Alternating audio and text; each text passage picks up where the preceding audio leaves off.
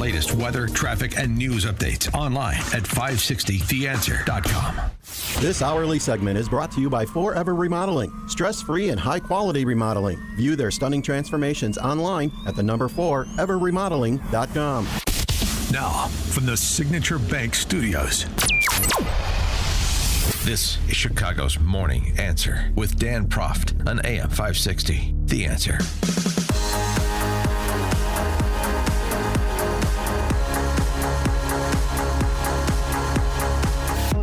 Top of the morning, Dan Proft here, and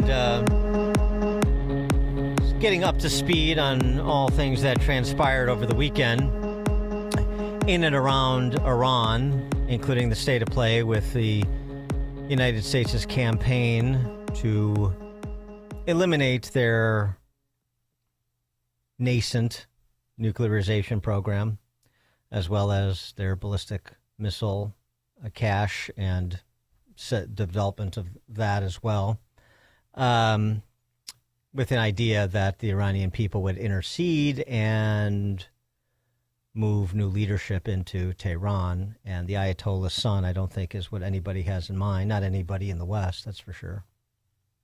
But another aspect we didn't cover earlier in the program, commerce. We talked about this a bit last week with Katie McFarland as it pertained to Lloyd's of London and pricing risk and providing insurance and reinsurance for maritime activities. Well, of course, the other concern with oil spiking over $100 a barrel is transportation, right? Transportation of commerce through the Strait of Hormuz, which is a key transportation route. This was something addressed by both Hegseth as well as Energy Secretary Chris Wright over the weekend. Here's what Pete Hegseth said about providing safe passage, something the United States obviously knows that it needs to do. Yes, there's been a temporary price spike, but it doesn't need to go to $150 a barrel with air supremacy, as General Petraeus characterized it, and the destruction of the Iranian Navy. There's no reason that America can't provide safe passage to commercial ships. What was the Iranian Navy is largely no more. There'll be more boats to be sunk, for sure.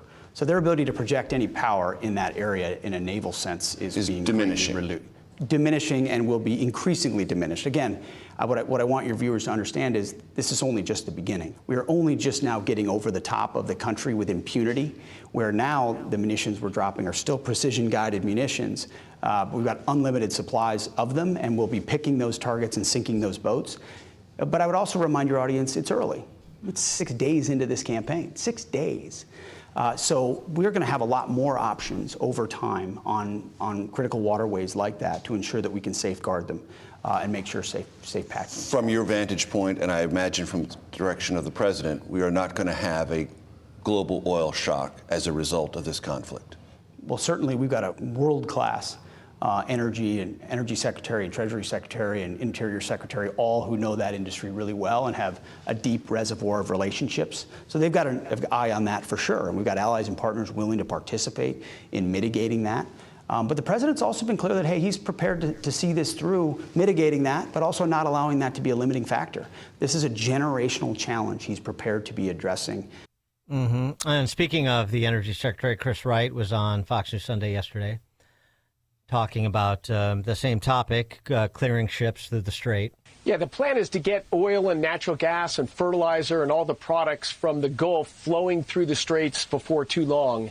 And I may break a little news here, but one large tanker has already gone through the Straits with no issues at all.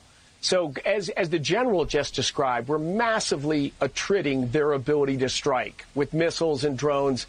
And that rate of attrition will increase in the coming days. So we'll be cautious, we'll be careful, but energy will flow soon. It's one of the reasons the president had to move on this war. Iran has just terrorized America, the neighborhood, and energy markets for 47 years. Yeah, so they recognized there were a lot of dire predictions. There are a lot of dire predictions being made, and they wanted to address them, which is smart on their part. Something else, just as related, though, I was struck by over the weekend. A VP for well drilling for Chevron told Ryan Saavedra over at Daily Wire recently that the Texas-New Mexico Permian Basin will be able to supply 70% of the oil and gas for the continental United States by 2040. So, I mean, just in terms of, what's happening overseas and the oil-rich Gulf states, obviously 2026, 2040 is a long way away, but the drill, baby, drill, the imperative for energy independence that President Trump has instituted, he did in his first term, he's doing again. I mean, that's also a key part of America First here. So, there is a big picture that has come into focus with this administration. For more on this and related matters, Stephen Bucci served America for 3 decades as an Army Special Forces officer, top Pentagon official, now a visiting fellow in the Heritage Foundation's Allison Center for Foreign Policy Studies. Stephen, thanks for joining us. Appreciate it. It's my pleasure. Thank you for having me back on the show. Are you satisfied and persuaded by the answers that you heard from those 2 cabinet secretaries about ensuring trade routes are safe and commerce is not commerce with respect to natural resources is not disrupted for a significant period of time? Well, yeah, I think they said the right things. Now we got to make sure that they actually can do those things. Hearing from the Energy Secretary that one of the super tankers went through already, that's great news. I hadn't heard that on any of the news channels other than that comment. And I thought Secretary Hegseth was, frankly, more circumspect than he usually is. He's usually kind of an over-the-top, cheerer for all the policies, which I understand. But this time he was pretty mild with it, other than saying if they either give up or they're all going to die. That's a little bit of inflation. We're not going to kill everybody in Iran or even everybody in the Iranian government, but I thought there was a pretty mature level of response from him for the most part, which is good. I have no doubt that before this ever started, all of these folks were together with the president. They did an analysis of, can we keep the Straits of Hormuz open? What is it going to cost us to do that? The insurance thing, I think that didn't come to most people's minds, the business people for sure, but those of us in the security side were like, okay, well, how many of their missile sites can we plank along the shoreline? How many of their boats can we sink? And then we'll be good to go. But we realize it's not a decision to be made by the Iranians or anybody else. It's by Lloyd's of London and the other insurers. But actually, and last week, the smart move that Trump made, maybe it was a real-time move, but nonetheless, he made it, was to announce that he was setting up essentially a facility to provide insurance if Lloyd's didn't feel they could price the risk and provide it. Yeah, that's the blessing of having this man in the White House. He understands those kind of issues, and it's not like, what's the big deal? Just go. We told them we'll protect them. Yeah, that's not the way businessmen and insurers for sure think. Right. So they're going about this in, not in a helter-skelter way, not in a way that is, cowboyish in any way. They're going about it in a pretty business-like, we need to do 1 before we do 2, and then we need to do 3. The Iranians are still talking a lot of smack. But I think it's Baghdad Bob level of smack, not realistic smack. And they are running out of capability to fight back. And while they may stay in office for a while after they run out of that capability, it can't last that long. I mean, if the whole country was behind them, that would be one thing, and that should be something we pay attention to make sure that we don't ever do anything that drives the Iranian people in the direction of supporting their present government. We want to continue to encourage them to, do what they can to get rid of it. But that's a difficult line. Sometimes a mistake happens. You have an Abu Ghraib. I was in Iraq when that happened, and that was not a planned event. But boy, it sure had a heck of an effect in galvanizing resistance against our efforts there. We need to really be cautious. Nothing like that happens.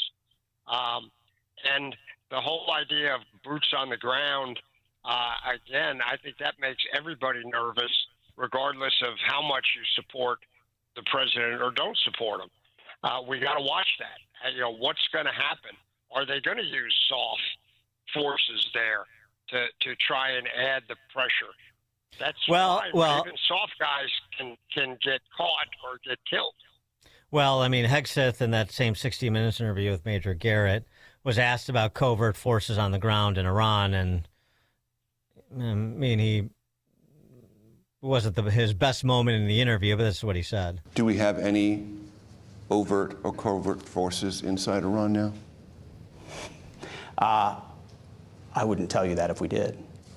The only reason I ask is earlier this week you said no. Is that still the answer? Yeah, that's still the answer, but we reserve the right. We would be completely unwise if we did not reserve the right to take any particular option, whether it included boots on the ground or no boots on the ground. Well, it's fine to reserve the right, but remember what you said 5 minutes ago, so you can just say, I'm not going to talk about it. That's all. Just like, I'm not going to tell you. Well, you said no already. Okay, it's no. I mean, okay. But I have to say that was one of the most even-handed interviews I've ever seen by 60 Minutes with anybody. It didn't seem like they snipped anything out of, there were no non sequiturs that were gotchas in there.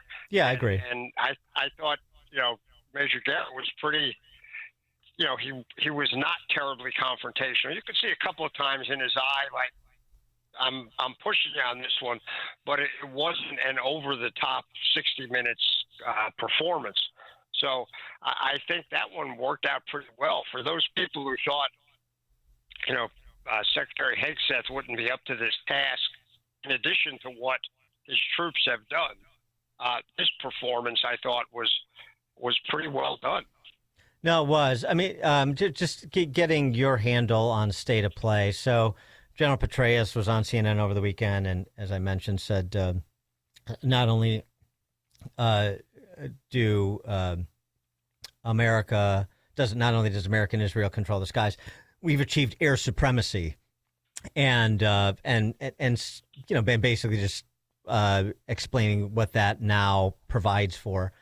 Over the assessing the first 9 days, I guess, of this campaign, is there anything that you are concerned about in terms of the prosecution of the campaign to this point, or any significant mistakes that you see that have been committed? The only one that could fall in that is if it turns out this school was hit by us.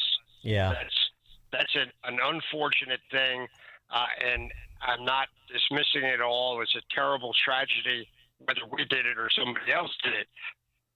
This stuff does happen, even though we make our best efforts. America and Israel are both pretty good at not hitting civilian targets. We really try hard not to. The warnings we give beforehand, that stuff, which is an Israeli technique, not an American one, frankly, is amazing. But somebody hit that school, and it's a terrible thing. So that's the biggest mistake I think we've made. The Iranians made, I think, some big mistakes by firing at all of the Arab countries around them. Well, yeah, they apologize. Oh, we're sorry, we're not going to do that anymore. Oh, sure, bygones be bygones. That drone attack, it's fine. Yeah, it's kind of they're pretty amazing at that sort of thing. But that other than that, on their side was a pretty spectacular mistake. On our side, just the school. I think everything else has gone pretty amazingly well. I'll be interested to see if we take out the new guy, the son. Yeah. If the world is going to be more upset about that than they were when we took out the father. I mean, we don't take them, but Israel seems to be the ones with that target list. That'll be an interesting development when it happens, because I think it probably will. He may not last long enough for the world to know that he was around, but the larger point is Iran, in your view, essentially being effectively choked off in terms of their ability to respond for much longer? Yes, 100%. They're almost there. They have very few launchers left. Most of their ships and boats, I mean, they're down to a couple of little boats, basically. And that's a big thing. If we can take out the rest of the launchers around the straits, that'll be amazing. And there's still more of the country to address, but that they're not significant parts. We're not flying across those other parts, so we don't care if they have something there. But then they could move it, so we're probably going to take that out too. But I think we are trending towards that level where Iran is essentially helpless at defending itself, and all they have left is to cross their arms and say, we're not going anywhere, in which case we'll continue to assist them in leaving, generally feet first. And then at some point, that something has to break. And I think that point is approaching. The president said 4 to 5 weeks. We're nowhere near that yet. So we give it another week and see what's happening, and then decide what happens next. On the munitions, there was some, initial reporting concerns about America, essentially running out of some categories of munitions. Trump posting on Truth Social over the weekend, we just concluded a very good meeting with the largest defense manufacturing companies. We discussed production and production schedules. They've agreed to quadruple production of the exquisite class weaponry, and that we want to reach as rapidly as possible the highest levels of quantity, and so on and so forth. Basically, the upshot was from that meeting, and was repeated by Hexet in the 60 Minutes interview, that we've got everything that we need to successfully execute this campaign. You have any doubt about that? No, I don't. I think the uptick in the production is in recognition to our planners and decision makers looking at what's happened and saying, wow, this stuff works really well. We need more of this, and a realization that we are using a lot of ordnance to do this on one country that doesn't really have the ability to fight back very much. How much would we have to use with a bigger adversary, i.e. China or Russia? And I think that's sort of the thing where they can say, I don't care what the previous planning was, we need to triple, quadruple that. So I don't think we're doing that because we're running out. We're doing that because with the new experience, we're now saying, wow, not only does this stuff work phenomenally, but you need more of it than you think. We need to get busy and get it all replaced and stocks expanded as fast as possible. Going back to that Baghdad Bob comment you made, the Iranian Foreign Minister Abbas Araghchi saying in response to the question about, from NBC News about the possibility of U.S. ground troops, he essentially said, we're waiting for them. We completely anticipate them, we expect them, and we're prepared to deal with that and so forth. My interpretation of that was that he's essentially trying to bait Trump into ground troops. If it exposes more risk for soldiers to be killed in action, it could get the administration bogged down. It's one of those ways that you could sort of win a war of attrition in the short term if Trump gets beyond his stated schedule and Americans start losing patience. Is that the play there to try to because they don't care if their civilians get killed. They don't care if their citizens get killed. I'm talking about the Iranians. So is the play there just to expend as much cannon fodder in terms of human beings as possible? If you can bait Trump into doing something on land in Iran where you may have a topographical advantage, and see if you can't survive that way? Clearly, they realize if we go in on the ground, the American public starts to weigh in. Our left here in America really goes crazy, and that could work to their advantage to get this thing cut off. But I think the other part is some of it's for domestic consumption. Yeah, sure. They're trying to convince their people we're still good, we're still strong, we're not afraid of the Americans. Yes, you are. That's total a lie.